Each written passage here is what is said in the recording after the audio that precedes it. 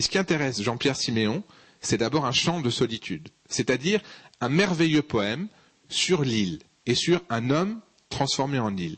Philoctète, c'est l'histoire d'une île déserte, et cette île n'a pas été une tentation, elle a été une relégation, c'est-à-dire on est quelque part, si vous voulez, entre l'île de Robinson Crusoe, qui d'abord était complètement inhospitalière, mais qui est devenue une sorte de petit paradis, et puis l'île de Prospero dans la tempête, c'est-à-dire cette île qui était également une île où on a abandonné le magicien et qui en a fait un havre. Mais là, la différence, c'est que cette île est restée totalement déserte. Il n'y a rien de rien. C'est un bout de caillou au milieu d'une infinité d'eau, et un homme avec un arc survit. Et cet arc peut atteindre toutes ses cibles.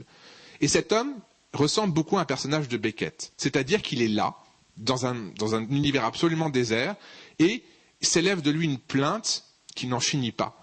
Il y a quelque chose de métaphysique dans sa solitude, quelque chose de très très contemporain. Tu parlais d'Euripide, Jean-Louis. Eh bien, là, Sophocle pousse un cri qui vraiment fait écho au XXe siècle très directement. On voit ce personnage beckettien, et ce personnage n'en finit pas, et en même temps, il est attaché à son île, et de lui émane également un cri de révolte. Et là, on entend et Beckett et Camus. C'est-à-dire que c'est une révolte infinie contre cette condition. Parce qu'évidemment, la blessure dont souffre Philoctète n'en finit pas de saigner.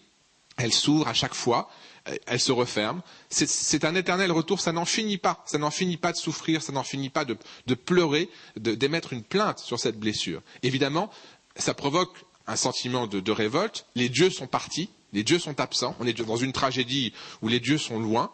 Et c'est un homme, dans toute sa condition, qui pleure.